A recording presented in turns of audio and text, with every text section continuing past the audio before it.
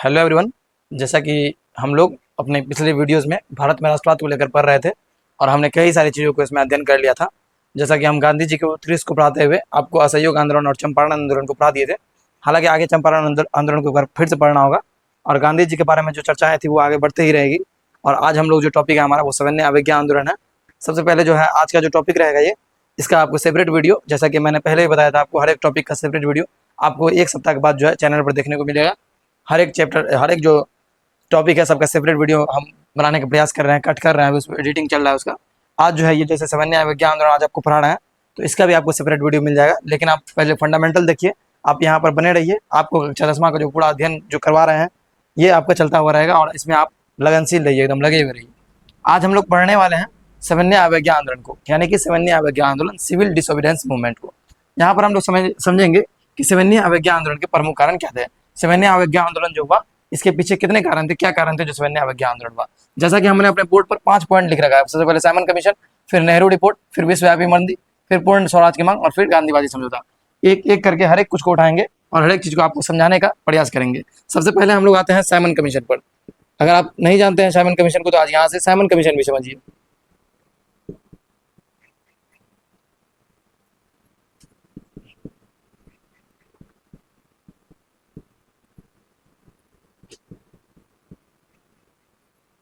Simon commission का spelling एक बार अगर एरर हो तो वो चेक कर लेना है। साइमन कमीशन, ठीक है, शायद एक ही एम हो, ठीक है, वो देख लेना आपको। हम लोगों को यहाँ पर समझना है साइमन कमीशन के बारे में। आप साइमन कमीशन के बारे में भी अगर आप चाहते हैं कि सेपरेट वीडियो मिल जाए यहीं से तो मिल जाएगा। वैसे हमारे चैनल पर एक वीडियो साइमन कमीशन का भी डाला हुआ है कि साइमन कमीशन क्या था। हम लोग समझेंगे साइमन कमीशन का उद्देश्य क्या था। सबसे पहले ये साइमन कमीशन का जो उद्देश्य था, ये जो एक कमेटी बना जिसका उद्देश्य था 1919 के 1919 में जो सुधार अधिनियम की समीक्षा करना। अगर आपको पता ना हो तो हम आपको बता दें कि 1919 में मॉन्टेस्क्यू चेम्सफोर्ड सुधार अधिनियम आया था। उस समय मॉन्टेस्क्यू जो है भारत सचिव और चेम्सफोर्ड जो है भारत का वायसराय था। उस समय जो ये वो जो योजना लाया गया था, वो जो अधिनियम लाया गया था, उसमें कुछ सुधार करने का प्रयास किया गया था। और उस समय कहा गया था कि प्रत्येक 10 वर्षों पर एक कमेटी आएगी और इस चीज़ को जांच करेगी क्या सुधार हुआ है भारत में या नहीं हुआ है। उसी का जांच करने के लिए 10 वर्षों के बाद इसको आना था। लेकिन साइमन कमीशन का आगमन होता है उससे 10 वर्ष से पहले ही, यानी कि आगमन जब इसका होता है वो 1928 में ही होता है। तो ये समय से पहले साइमन कमीशन आता है और इसका जो गठन होता है साइमन कमीशन का वहाँ 1927 में होता है।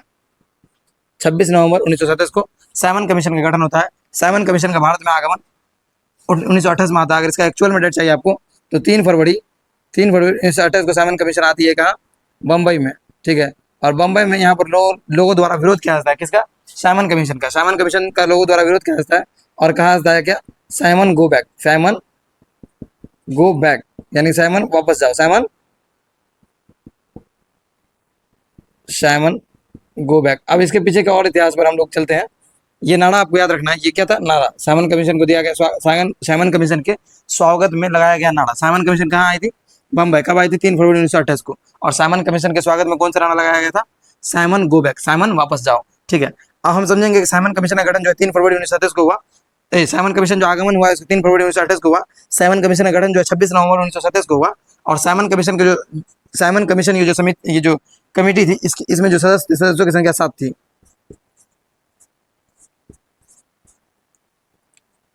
और इसके जो अध्यक्ष थे सर जॉन साइमन थे, सर जॉन।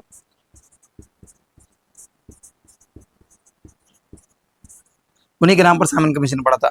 हमें ये देखना है कि इसका विरोध लोगों ने क्यों किया। इसका कारण ये था कि सातों के सातों सदस्य क्या थे, अंग्रेज थे। क्या थे, अंग्रेज। अब भारत में अगर कोई सुधार करना है आपको और दूसरे देश के लोग को लाइएगा, वो यहाँ के सामाजिक स्थिति से, यहाँ के धार्मिक स्थिति से, यहाँ के हर एक चीज़ को नहीं समझ पा जाएगा, है ना। इसीलिए लोगों ने इसका विरोध किया। इसको साइमन कमीशन के साथ लोग क्या थे, अंग्रेज थे। हालांकि वो तो सुधार की समीक्षा करने आए थे, आगे फिर जो कुछ नियम लाते उसमें और अपग्रेड करके लाते और बढ़िया करके लाते। लेकिन साइमन कमीशन के सदस्य सभी के सभी क्या थे, अंग्रेज थे। जिस कारण इसको क्या बोला गया, व्हाइट मैन कमीशन। क्या बोला गया, व्हाइट मैन कमीशन, श्वेत समिति, श्वेत। याद रखना आप लोगों को, व्हाइट मैन कमीशन किसे कहा गया, साइमन कमीशन को ही व्हाइट मैन कमीशन कहा गया। इस तरह का हम लोग साइमन कमीशन को देखें। साइमन कमीशन का अलग अलग जगह पर अलग अलग लोगों ने पुरजोर विरोध किया साइमन कमीशन का, ठीक है। और साइमन कमीशन का जो ये रिपोर्ट आया, इसका जो रिपोर्ट आया साइमन कमीशन का, एक बार आना तो एक बार एक लड़का,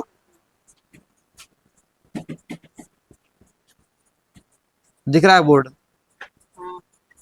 साइमन कमीशन का जो रिपोर्ट आया वो मई 1930 में हुआ, और इसका जो रिपोर्ट प्रकाशित हुआ तो वो भी 1930 में ही हुआ, ठीक है। वो रिपोर्ट प्रकाशित कब हुआ? 1930 में ही हुआ, अक्टूबर में, ठीक है। तो इस तरीके से हम लोग साइमन कमीशन को देखे, और साइमन कमीशन ने इस तरह से भारत आया था, इसका लोगों ने पूरा विरोध किया और साइमन में गो बैक का नारा लगाया। ये जो है समीक्षा करने के लिए आया था। इसके अध्यक्ष सर जॉन साइमन थे, और इसमें 7 सदस्य थे, और सातों के सातों सदस्य थे अंग्रेज थे। भारतीयों का मांग ये था कि इसमें सदस्य होना चाहिए, कम से कम एक इंडियन होना चाहिए। ये था साइमन कमीशन, और साइमन कमीशन अपना रिपोर्ट देता है 1930 में मई में, और इसका रिपोर्ट प्रकाशित होता है अक्टूबर 1930 में। इस तरीके से हम लोग साइमन कमीशन को देख लिए। अब हम लोग आगे बढ़ेंगे, और आगे हम लोग देखेंगे नेहरू रिपोर्ट। आगे क्या देखेंगे हम लोग? यहीं पर देख लेते हैं हम लोग नेहरू रिपोर्ट। नेहरू, इसका तो कोई डिस्कस नहीं हुआ, इसका विरोध करने का कोई मतलब नहीं बना। हालांकि लाला लाजपत राय की मृत्यु भी इसी साइमन कमीशन का, जब वो विरोध कर रहे थे लाहौर में, तो उसी लाहौर भगदड़ में, उसी थोड़ा पुलिस के लाठीचार्ज में वहाँ पर थोड़ा सा वो इंजर्ड हो जाता है, और इंजर्ड होने के कुछ दिन बाद जो है उनकी मृत्यु हो जाती है। जब मृत्यु हो जाती है तो भगत सिंह और सुखदेव और राजगुरु ये लोग वहाँ पर निश्चय करते हैं कि हम जो है इसका बदला लेंगे। और वहाँ पर जो एक ऑफिसर रहते हैं सरडंस की, उसकी जो है पुलिस थाना के जो ऑफिसर रहते हैं, अफसर रहते हैं, अधिकारी रहते हैं, उसे गोली मारकर हत्या करते हैं। उसके बाद उस पर उन लोगों पर लाहौर षड्यंत्र केस चलाया जाता है, राजगुरु पर, सुखदेव पर और भगत सिंह पर। इस तरह का चार्जेस वहां पर लगता है उन लोगों पर, ठीक है। उसको बोला था लाहौर षड्यंत्र केस। साइमन कमीशन के विरोध में ये सब घटना हो रहा था, तभी लाला लाजपत राय की मृत्यु भी हुई थी, वो भी समझना होगा आपको। नेहरू रिपोर्ट अब हम लोग देखने जा रहे हैं। क्या नेहरू रिपोर्ट? नेहरू रिपोर्ट जो है, नेहरू रिपोर्ट से आपको क्या समझ में आ रहा है? मोतीलाल नेहरू या फिर पंडित जवाहरलाल नेहरू? ये जब देखिए, इसको समझने के लिए आपको पहले समझना होगा कि मोतीलाल नेहरू कौन थे। मोतीलाल नेहरू जी को आप जानते होंगे। मोतीलाल नेहरू एक सक्रिय राष्ट्रवादी नेता थे, जो पुराने विचारधारा को ही लेकर चलते थे। ज्यादा उग्र नहीं थे, एक नरम दल के नेता थे, ठीक है। गरम दल के नेता नहीं थे। किस दल के नेता थे? नरम दल के नेता थे। और जब नरम दल के नेता थे तो वो जो है नरम विचार रखते थे, और अपना विचार एकदम अपने बातों को रखकर जो है मनवाने का प्रयास किया करते थे। क्रांति पर ज्यादा बिलीव नहीं किया करते थे। आगे हम लोग वो जो अपनी रिपोर्ट जारी करते हैं, साइमन कमीशन का जब लोग विरोध करते हैं तो अंग्रेज सरकार कहती है कि देखो, तुम लोग से कुछ होने वाला है नहीं, तुम इंडियंस ऐसा करो, अगर तुम्हारे पूरे देश के लोग, अगर कोई एक संविधान, तुम अपना एक संविधान तैयार करो और हमको दो, अगर हमको सही लगा और पूरा तुम्हारे देश का सभी जितनी पार्टियां हैं और जितने लोग हैं सब अगर मान गए, तो हम तुम्हारे इसी संविधान को जो है लागू कर देंगे पूरा देश में एक्सपोज कर देंगे इसी संविधान को, ठीक है। तो नेहरू जो रहते हैं, मोतीलाल नेहरू, पंडित जवाहरलाल नेहरू के जो पिताजी रहते हैं, वो इस चैलेंज को एक्सेप्ट करते हैं। और चैलेंज को जब एक्सेप्ट करते हैं तो फिर यहाँ पर अपना जो है एक रिपोर्ट रखते हैं, जिसको हम लोग नेहरू रिपोर्ट के रूप में देखते हैं, ठीक है। अब हमारा टॉपिक भी यहाँ पर बुक के अकॉर्डिंग हम लोग चलते जा रहे हैं, और चलते जब जाएंगे तो हम लोग एक एक चीज को, हर एक चीज को पढ़ने का प्रयास करेंगे, कोई भी चीज को छोड़ेंगे नहीं। साइमन कमीशन के बहिष्कार के समय तत्कालीन भारत सचिव लॉर्ड बर्किनहेड, है ना, उस समय भारत सचिव कौन रहता? भारत सचिव कौन रहता है? लॉर्ड बर्किनहेड। आपको याद रखना भारत सचिव कौन है उस समय। हो सकता है एग्जाम में पूछ दे, साइमन कमीशन के समय भारत सचिव कौन था? लॉर्ड बर्किनहेड। यही तो लोग कहता है कि तुम भारतीय जो है अपना कुछ तैयार कर नहीं सकते हो, यहाँ पर कथन भी होगा, ठीक है। भारतीयों को ऐसे संविधान के निर्माण की चुनौती दी जो अन्य दलों एवं गुटों को मान्यता है, यानी सब गुट तुम्हारा मान ले। तो नेहरू जी जो रहते हैं, यानी कि नेहरू जी मतलब क्या, मोतीलाल नेहरू, वो इसको चैलेंज को एक्सेप्ट करते हैं और अपना एक संविधान का मसौदा तैयार करते हैं। इसमें जो है टोटल नेहरू रिपोर्ट बनाने में 27 पार्टियों का योगदान रहता है ना, 27 पार्टी रहती है, और 27 पार्टी के 8 सदस्य, 27 पार्टी से कितना सदस्य? 8 सदस्य रहते हैं, ठीक है। 27 पार्टी से 8 सदस्य चुने जाते हैं, और ये सब जो है मिलकर नेहरू रिपोर्ट को तैयार करते हैं, ठीक है। इसके अध्यक्ष जो रहते हैं, इस नेहरू रिपोर्ट के इसके जो अध्यक्ष चुने जाते हैं, वो किसको चुना, कौन रहते हैं ये अध्यक्ष? अध्यक्ष रहते हैं मोतीलाल नेहरू। कौन रहते हैं? मोतीलाल नेहरू। पता होना चाहिए, फादर ऑफ पंडित जवाहरलाल नेहरू। मोतीलाल नेहरू जो है इसके अध्यक्ष रहते हैं। इसको संविधान का, वर्तमान संविधान का ब्लूप्रिंट बोला जाता है। क्या बोला जाता है इसको? वर्तमान संविधान का ब्लूप्रिंट।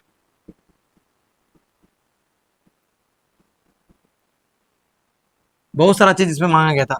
इसमें जो है मोतीलाल नेहरू द्वारा मांग किया गया था, इसमें मांग किया गया था क्या, किस किस चीज का देखना है। सबसे पहले आपको याद रखना, डोमिनियन स्टेट का मांग किया गया था, डोमिनियन स्टेट का। यानी कि हम लोग क्या रहेंगे, हम लोग अंग्रेजों के अधीन ही रहेंगे, लेकिन हम लोग जो है बाहरी रूप से अंग्रेजों के अधीन ही रहेंगे, लेकिन आंतरिक मामले में जितना भी है हम लोग को स्वतंत्रता मिले, है ना। होम रूल जैसा बात किया गया था, ठीक है। बाहरी रूप से हम लोग अंग्रेज के अधीन रहेंगे, लेकिन हम जो है कई मामलों में जो आंतरिक मामले होंगे उसमें क्या रहेंगे, हम लोग एक स्वतंत्र स्वतंत्र रहने की बात किया गया था। लेकिन ये डोमिनियन स्टेटस से नाराज हो जाता है कौन? इस डोमिनियन स्टेटस से जो है नाराज हो जाते हैं कौन? नाराज हो जाते हैं आपको पंडित जवाहरलाल नेहरू, इनके पुत्र जो रहते हैं वो नाराज हो जाते हैं। पंडित जवाहरलाल नेहरू, पंडित जवाहरलाल नेहरू, इसको समझना है एकदम बढ़िया से आज। और ऐसी बोस, सुभाष चंद्र बोस, ठीक है, ये दोनों लोग जो है नाराज हो जाते हैं। और पंडित जवाहरलाल नेहरू जो क्या करते हैं, हस्ताक्षर नहीं करते हैं इस पर। तो आपसे पूछ दे कि कौन व्यक्ति ऐसे थे जिन्होंने नेहरू रिपोर्ट को एक्सेप्ट नहीं किया था, नेहरू रिपोर्ट को नहीं मानते, उस पर साइन नहीं किया, तो वो पंडित जवाहरलाल नेहरू। और ये दोनों मिलकर एक इंडियन पार्टी बना लेते हैं, ठीक है, इंडियन इंडिपेंडेंस लीग, एक पार्टी नई पार्टी बना लेते हैं जिसका नाम रहता है इंडियन इंडिपेंडेंस इंडिपेंडेंस लीग। एक पार्टी का गठन कर लेते हैं। ये पार्टी लेकिन ज्यादा सक्रिय नहीं रहता है, थोड़ा देर के लिए पार्टी बनाते हैं। लेकिन महात्मा गांधी जी इन दोनों को मनाते हैं, महात्मा गांधी इन दोनों को मनाते हैं और कहते हैं महात्मा गांधी मनाते हैं, इन दोनों को मनाते हैं और कहते हैं 1 साल का इंतजार करो। हम आपको समझाने के लिए उनका कथन लिख रहे हैं, है ना। 1 साल का इंतजार करो, यानी कि डोमिनियन स्टेट अगर हमको नहीं मिलेगा तो इन दोनों का मांग क्या था? इन दोनों का मांग था पूर्ण स्वराज। क्या मांग था? पूर्ण स्वराज। यानी ये लोग बोल रहे थे कि हम लोग, आप जो डोमिनियन स्टेट चाहिए ही नहीं हमको, हम किसी सरकार के अधीन में काम करना ही नहीं चाहते। हम आंतरिक मामलों में अगर हमको स्वतंत्रता मिल भी जाए तभी हम काम नहीं, हमको पूर्ण स्वराज चाहिए। हम पूरा क्या कर चाहते हैं? स्वराज चाहते हैं। 1928 में ये नेहरू रिपोर्ट कब आया था? 1928 में, ये भी याद रखना आपको। नेहरू रिपोर्ट कब आया था? 1928 में। और ये गांधी जी बोलते हैं थोड़ा थोड़ा थमो, तुम दोनों जो है बात को समझो, और जो है पूर्ण स्वराज की जो तुम मांग कर रहे हो ये भी तुम्हारा मांग ठीक है, लेकिन ये मांग जो है कम से कम 1 साल का समय दो। अगर अंग्रेजी सरकार 1 साल के अंदर अगर हमको डोमिनियन स्टेट का मांग नहीं करेगी, हमारे जो इस मांग को पूरा नहीं करेगी, तो हम लोग पूर्ण स्वराज का डिमांड रखेंगे आगे चल के 1 साल के बाद। तो आप आगे जो है पूर्ण स्वराज का मांग रखता है, इसको आप रहने दीजिए यहाँ पर, ठीक है। तो यहाँ पर डोमिनियन स्टेट समझ में आ गया कि आंतरिक मामलों में हम लोग को थोड़ा ओपन मिलना चाहिए, स्वतंत्र मिलना चाहिए, और बाहरी मामलों में ब्रिटिश ही रूल करें। दूसरा बात यह था कि पृथक निर्वाचन समाप्त। इसमें कहा गया था कि पृथक निर्वाचन क्या करो, निर्वाचन समाप्त हो, है ना। मोटा मोटी बहुत सारा बात तो आपको नहीं बता पाएंगे हम यहाँ पर, उतना समय नहीं लेंगे आपका।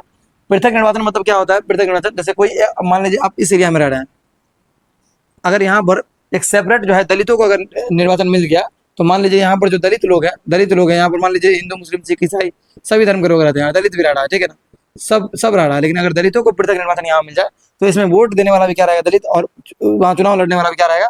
दलित रहेगा। तो आप बताइए, इनमें दलित और दलित ही वोट दे, चुनाव में लड़े वो भी, तो बाकी जो लोग इसमें रह रहे हैं उनका तो कहीं ना कहीं अधिकार वंचित हो जाएगा। तो गांधी जी इसका विरोध भी क्या करते थे? यही मांग करते थे। पंडित ये क्या बोलते हैं, डॉक्टर भीमराव अम्बेडकर दलितों के लिए पृथक निर्वाचन का मांग करते थे। तो गांधी जी बोले थे कि हम अपने जीते जो है हिंदुओं का बंटवारा नहीं देख सकते हैं, ठीक है। हालांकि मॉडल सुधार जब 1909 वाला आया था, तो उसमें जो है मुस्लिम हिंदू एकता को खराब करने के लिए वहाँ पर कहीं ना कहीं 1909 में मुस्लिमों को पृथक निर्वाचन दे दिया गया था, जिससे हिंदू लोगों के अंदर मुस्लिमों की बढ़ती घृणा बढ़ गई, ठीक है।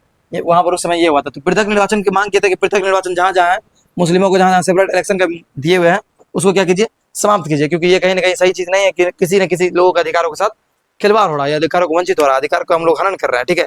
तीसरा बात बोले थे संसदीय प्रणाली का विकास, संसदीय प्रणाली बने, ठीक है, संसदीय प्रणाली हो, संसदीय प्रणाली यानी कि सुप्रीम, ये क्या बोलते हैं उसको, उच्च न्यायालय, उच्च सदन और निम्न सदन का व्यवस्था हो, ऐसा बने, ठीक है। उसके बाद बोले थे कि जो एक जो है अंतिम अपीलीय न्यायालय हो, है ना, एक अंतिम अपीलीय न्यायालय, अंतिम अपीलीय न्यायालय, मतलब कहने का अर्थ यह है कि अंतिम अपीलीय न्यायालय, है ना। पहले उस समय अंतिम अपीलीय, जैसे अभी क्या है, अभी हम लोग को अंतिम अपीलीय न्यायालय कौन है? सुप्रीम कोर्ट है, यानी देश का सुप्रीम कोर्ट अंतिम अपीलीय न्यायालय है आपके लिए, वहां पर भी नहीं होगा। तो अगर आपका बहुत बड़ा मैटर है, तो आपका बहुत बड़ा मैटर है, आप सरकार से ही आप लड़ रहे हैं, तो अब उसके लिए फिर आपको यूएनओ वाला, वो न्यूयॉर्क वाला, उसमें जाना होगा, ठीक है। वहां तक तो हमको जाना नहीं है, लेकिन फिलहाल आपको ये समझना है, एक नागरिक होने के नाते आपका अंतिम न्यायालय सुप्रीम कोर्ट है, ठीक है।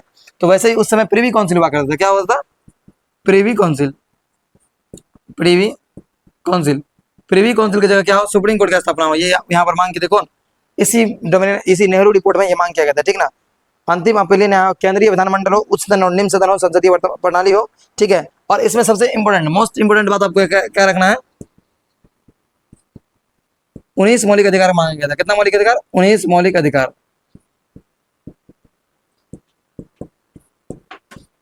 यानी कि अगर आपसे कभी पूछे कि नेहरू रिपोर्ट में कितने मौलिक अधिकार हो, 1 मिनट, आपसे अगर कभी पूछ दे कि नेहरू रिपोर्ट में कितने मौलिक अधिकारों की मांग की गई थी, क्या याद रखना आपको? 19 मौलिक अधिकारों की मांग की गई थी। ठीक है, तो ये आपको एकदम ध्यान में रखना है नेहरू रिपोर्ट के बारे में। ये सबसे आपको इंपोर्टेंट पूछेगा, है ना, कि अभी हमारे देश में हम लोग को कितना मौलिक अधिकार प्राप्त है, बताओ हरिओम। हमारे देश में अभी हम लोग जो स्वतंत्र कितना मौलिक अधिकार प्राप्त है, तुम भी बताओ। मौलिक अधिकार तुमको फंडामेंटल राइट्स यानी एफडी कितना प्राप्त है हम लोगों को?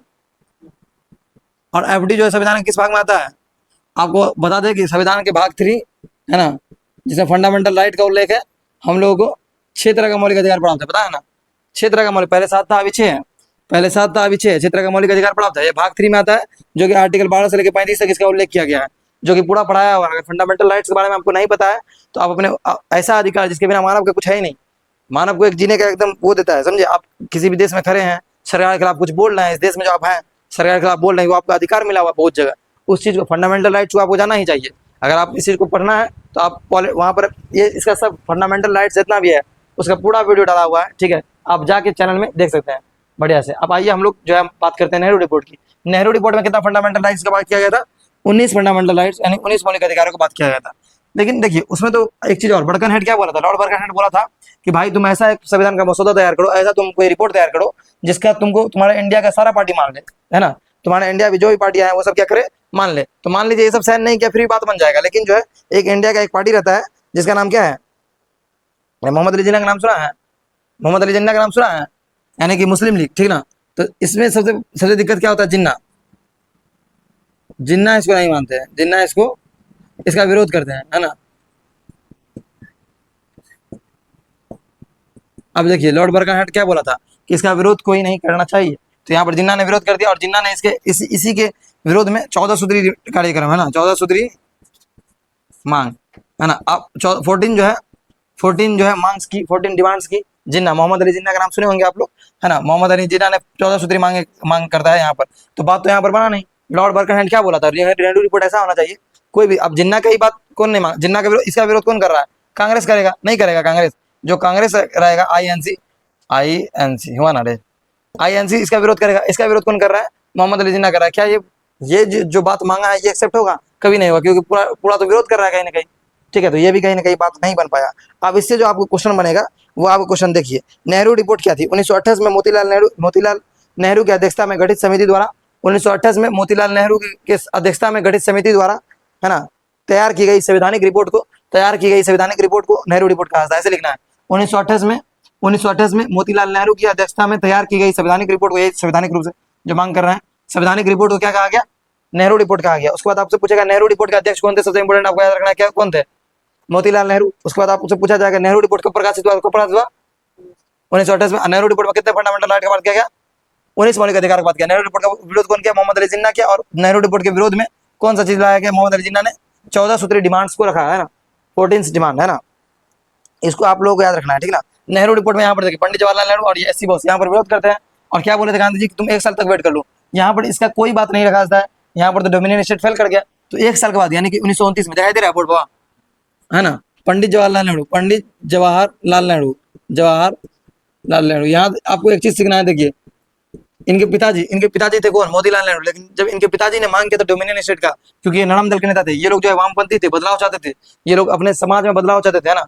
पंडित जवाहरलाल नेहरू के पिताजी थे मोतीलाल नेहरू। उन्होंने जब ये रिपोर्ट तैयार किया और डोमिनियन स्टेट के मांग पर वो कॉम्प्रोमाइज करने के लिए तैयार हो गए कि ठीक है हम अंग्रेजी सरकार के अधीन रहेंगे, लेकिन आंतरिक मामले में हमको जो है कुछ स्वतंत्रता मिल जाए, फ्रीडम मिल जाए।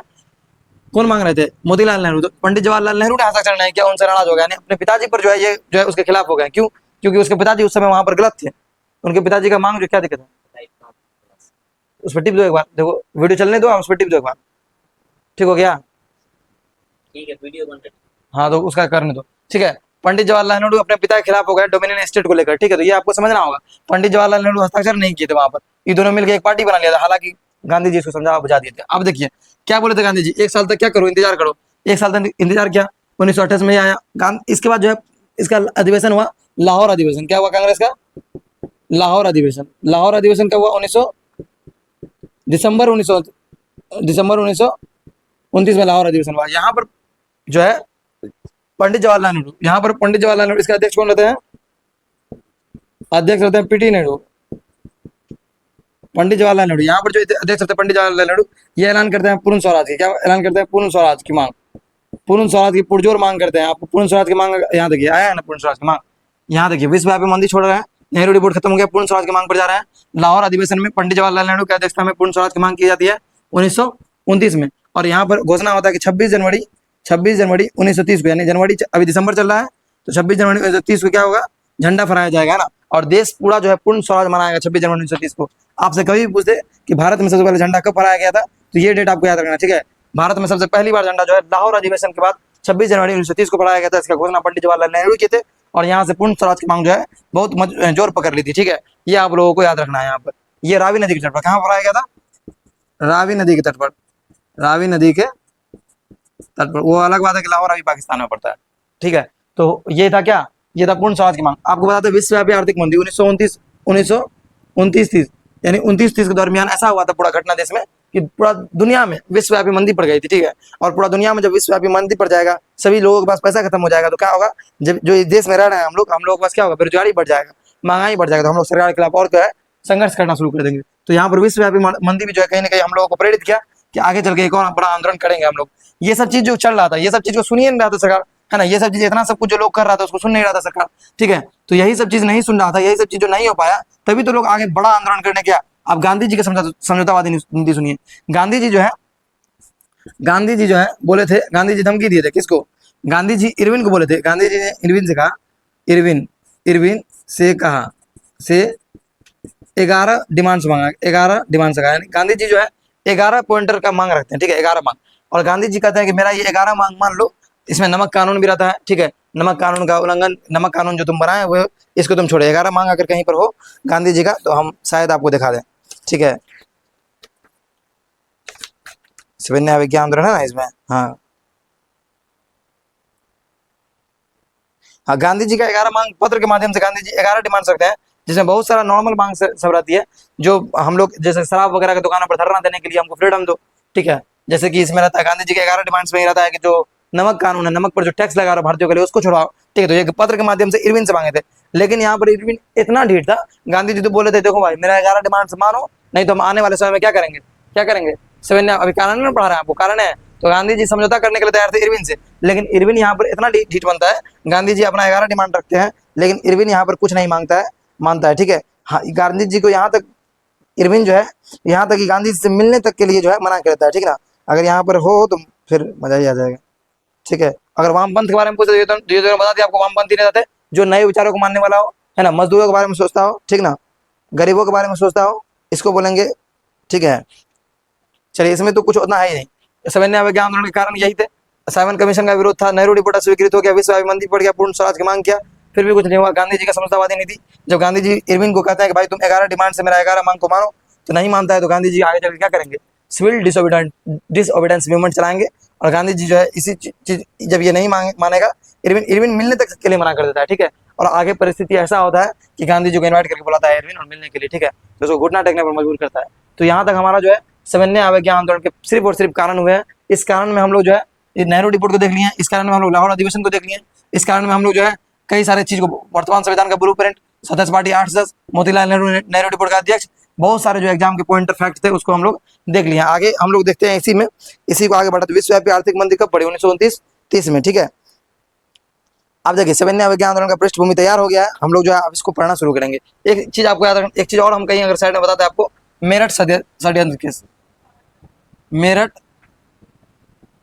षड्यंत्र केस 1929, आपको बोल के हम बताते हैं। मेरठ में जो है देखिए 1920 में मेरठ में जो कई मजदूर, ठीक है, नेताओं और कुछ साम्यवाद का भी प्रभाव यहाँ तक हो गया था, ठीक है। तो लोगों के अंदर आप भावना आ रही थी कि हम लोग गरीबों के लिए आवाज उठाएंगे, हम लोग को समानता का भाव चाहिए, इक्वलिटी चाहिए, मताधिकार चाहिए, बहुत सारा चीज आना शुरू हो गया था। तो मजदूर अपने लिए आवाज उठा रहा था, उन पर ब्रिटिश सरकार ने एक एलिगेशन लगाया और उस सबको जो है बोला कि ये सब सरकार के अगेंस्ट बात कर रहे हैं, सरकार के अगेंस्ट काम कर रहे हैं, तो इन लोगों को क्या करो, जेल में डाल दो। इसी को क्या कहा गया, मेरठ षड्यंत्र केस। ये कब घटना घटा, 1929 में घटना घटा है ना। इसका उद्देश्य क्या था, इसका उद्देश्य मजदूरी आंदोलन और वामपंथी विचारों को दबाना था। इसको क्यों कहा दिया गया अंदर, ताकि मजदूरों का जो है आवाज को दब जाए, ठीक ना। इस घटना के बाद और जो है चर्चा होने लगी लोगों के अंदर कि ऐसा घटना हुआ है वहां पर, तो और हम लोग जो है इस चीज को बढ़ाएंगे, ठीक है। मजदूरों के हित में लोग बोल रहा था, उसको गिरफ्तार कर लिया। एक है लाहौर षड्यंत्र केस, आपको एक क्या याद रखना है, लाहौर षड्यंत्र केस, ये तो आपको इंपोर्टेंट में आ जाएगा, ठीक है ना। 1930 में घटा, ठीक है। लाहौर षड्यंत्र केस भी 1929-31 का डेट दिया हुआ है, ठीक है ना, 30 नहीं दिया हुआ। तो ये तो आपको इंपोर्टेंट में याद रखना है। देखिए हुआ क्या, जब जब लोग साइमन कमीशन का विरोध कर रहे थे, उसमें लाला लाजपत राय भी थे। तो लाला लाजपत राय घायल हो जाते हैं, ठीक है। जब घायल हो जाते हैं तो कुछ दिनों बाद उसकी मृत्यु हो जाती है। तो वहां पर भगत सिंह, राजगुरु और सुखदेव तो वहां पर ठानते हैं कि ये लोग क्या करेंगे, हम बदला लेने का निश्चय करते हैं, ठीक है। बदला लेने का निश्चय करते हैं और एक पुलिस अधिकारी सरडांस की हत्या करते हैं, ठीक है। 1928 में लाला लाजपत राय की मृत्यु के बाद क्रांतिकारियों ने बदला लेने का निश्चय लिया। भगत सिंह, सुखदेव और राजगुरु ने लाहौर के पुलिस अधिकारी सरडांस की हत्या कर दी, ठीक है। जब पुलिस अधिकारी सरडांस की हत्या करती है तो भगत सिंह पर, राजगुरु पर इसी एलिगेशन के तहत जो है भगत सिंह, दिखाई दे रहा बोर्ड, भगत सिंह, राजगुरु और सुखदेव, भगत सिंह, राजगुरु, अब देख लीजिए, ये भी याद रखना है, लाहौर सदन केस में ये लोग फंस गए थे, ठीक ना। भगत सिंह, राजगुरु और सुखदेव इसी एलिगेशन के तहत इसमें क्या किए थे, एक पुलिस वाला सरडंस की हत्या कर दिए थे, लाहौर के जो अधिकारी थे उसकी हत्या कर दिए थे। क्यों? क्योंकि लाला लाजपत राय की जो है 1928 में हत्या हो गई थी साइमन कमीशन के विरोध में, जब विरोध कर रहे थे तो, है ना। उसी पुलिस में से कोई घायल हो गए थे, घायल होने के बाद कुछ दिन बाद हत्या हो गई, वो मर गए थे, हत्या नहीं हुआ था, उनका डेथ हो गया था घायल हो जाने के बाद। तो ये लोग कहते हैं बदला लेंगे, और बदला लेने के लिए एक पुलिस अधिकारी को गोली मारते हैं, सरडंस की गोली मारते हैं। उसका इन लोगों पर लाहौर षड्यंत्र केस चलाया था, जो केस चलाया था उसी को बोला था क्या, लाहौर षड्यंत्र केस, ठीक है। और उन्हीं केस में जो है इन तीनों को जो है दोषी पाया जाता है और तीनों को क्या दिया जाता है, फांसी का सजा सुनाया जाता है। फांसी कब होना था इन तीनों को, 24 मार्च को होना था फांसी, 24 मार्च 1931 को। लेकिन हुआ कब फांसी, एक दिन पहले, 23 मार्च 1931 को, यानी एक दिन नहीं दिखाई दे रहा है, ये ऊपर वाला नहीं दिखाई दे रहा है। अच्छा बोल दिए ना हम कि फांसी, इन तीनों को फांसी कब हुआ, 23 मार्च 1931 को, लेकिन होना कब था, 24 मार्च 1931 को, एक दिन पहले दे दिया था फांसी। तो इसी में, ठीक है, एक चीज और पाइए, चटगांव शस्त्र अधिनियम, हमको जो है ना इसी में हम बताने में सही रहेगा। अब एक चीज और, चटगांव शस्त्र अधिनियम, देखिए, एक बांग्लादेश में पड़ता है ये चट्टगांव, जिसको अभी चट्टेग्राम बोला जाता है, क्या बोला जाता है, चट्टेग्राम। चट्टगांव शस्त्र, शस्त्र क्या है, शस्त्रगार कांड। अब इसको समझिए, ये क्या था, देखिए, चट्टगांव शस्त्रगार कांड कुछ नहीं है, इसमें जो है कुछ क्रांतिकारी लोग, जिसको लीड कर रहे थे मास्टर दा, जिसको सूर्य सेन कहते हैं, क्या कौन लीड कर रहे थे, सूर्य सेन, सूर्य सेन, जिसका उपनाम क्या है, मास्टर दा। इनके नेतृत्व में ये क्या होता है, मास्टर दा, मास्टर दा, ऐसे लिखा है मास्टर दा, इनका उपनाम है, याद रखना। सशस्त्र, जहां पर जो है, यहाँ पर क्या रखा जाता था, जो अंग्रेज सरकार रहती थी, जो अंग्रेज सैनिक वगैरह रहते थे, यहाँ पर जो है बंदूक, ये बंदूक वगैरह, असला वगैरह, अपना शस्त्र वगैरह रहता है, हथियार वगैरह रहते थे, ठीक है। तो इसी पर क्या करता है, हमला करता है ये, और अपना इसका नेता कौन रहता है, सूर्य सेन। ये चटगांव जो है अभी बांग्लादेश का पड़ता है वर्तमान में, जिसको चट्टेग्राम कहते हैं, उस समय बंगाल प्रांत का हिस्सा था, ठीक है। तो ये घटना होता है अप्रैल 1930 में, ये घटना कब होता है, अप्रैल 1930 में ये घटना होता है। राष्ट्रवादियों द्वारा चटगांव सशस्त्रकार कांड होता है, यानी चटगांव सशस्त्रकार पर हमला करता है और वहां पर जितना हथियार रहता है उसको लूटता है। लीड कौन करा था, सूर्य सेन, और मास्टर दा भी इसको कहा जाता है। ये बात आपको याद रखना है, ये भी बांग्लादेश में बंगाल प्रांत का हिस्सा था, ठीक है। पूर्ण स्वराज की मांग कब कहाँ की गई थी, पूर्ण स्वराज की मांग कहाँ की गई थी, बताओ तो, लाहौर अधिवेशन में 1929 में की गई थी। लाहौर अधिवेशन की अध्यक्षता किसने की थी, पंडित जवाहरलाल नेहरू ने की थी, ठीक है। 31 दिसंबर 1929 की मध्य रात्रि को क्या हुआ, 31 दिसंबर 1929 की मध्य रात्रि को पंडित जवाहरलाल नेहरू ने घोषणा किया कि हम लोग क्या करेंगे, 26 जनवरी 1930 को जो है रावी नदी के तट पर जो है झंडा फहराएंगे, ठीक है। ये घोषणा होता है, ठीक है। गांधी जी ने वायसराय इरविन के समक्ष क्या मांगे रखी थी, गांधी जी ने वायसराय इरविन के समक्ष जो 11 मांगे रखी थी, 11 डिमांड्स। कहाँ चला गया गांधी, वो मिट गया यहाँ पे ना। गांधी जी जो है 11 डिमांड्स को रखते हैं वायसराय इरविन के समक्ष, ठीक है, पत्र के माध्यम से। परंतु इरविन जो है गांधी जी को मांग को क्या मानेंगे, वो मिलने से ही मना करते हैं, ठीक है। अब इसके बाद क्या होगा, इसके बाद अगर इतना सब कुछ हो गया तो इसके बाद क्या होगा, इन सब चीज को जब इतना हो गया तो अब क्या होगा, सविनय अवज्ञा आंदोलन कारण पर, तो अब आगे क्या होगा, सविनय अवज्ञा आंदोलन होगा। कितना मिनट का वीडियो बना हुआ, वीडियो को रोको, देख रही थी, बंद मत करना। आइए बच्चों, अब हम लोग देखते हैं सविनय अवज्ञा आंदोलन को, ठीक है। हम लोग तो इसका कारण पढ़ चुके हैं हालांकि, लेकिन अब हम देखेंगे सविनय अवज्ञा आंदोलन को। क्या कारण था, नेहरू रिपोर्ट अस्वीकृत हो गया था, गांधी जी के 11 डिमांड्स को भी नहीं माना गया था, ठीक है। तो अब आगे जो है सविनय अवज्ञा आंदोलन होगा। सविनय अवज्ञा आंदोलन जो स्टार्ट होता है वो दांडी मार्च के साथ स्टार्ट होता है, दांडी मार्च, ठीक है। ये दांडी मार्च क्या होता है, ये दांडी मार्च होता है दांडी से लेकर साबरमती आश्रम से लेकर दांडी तक का यात्रा।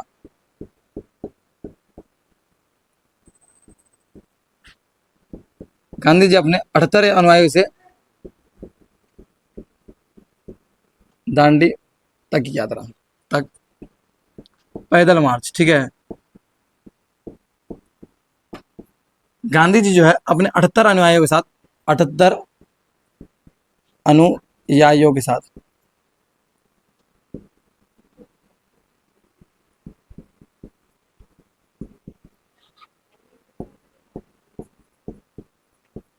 गांधी जी अपने 78 अनुयायियों के साथ साबरमती आश्रम से निकलते हैं कहाँ तक? दांडी तक। ये जो यात्रा होता है वो 24 दिन का होता है, 24 दिनों का यात्रा, 24 दिनों का यात्रा रहता है। ठीक है, इसमें इसका उद्देश्य क्या रहता है? नमक कानून तोड़ना। ठीक है, गांधी जी जो है 12 मार्च 1930 को साबरमती से निकलते हैं। साबरमती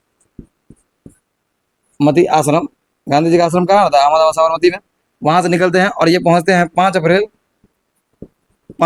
1930 को दांडी, और 6 अप्रैल 1930 को नमक कानून का उल्लंघन करते हैं।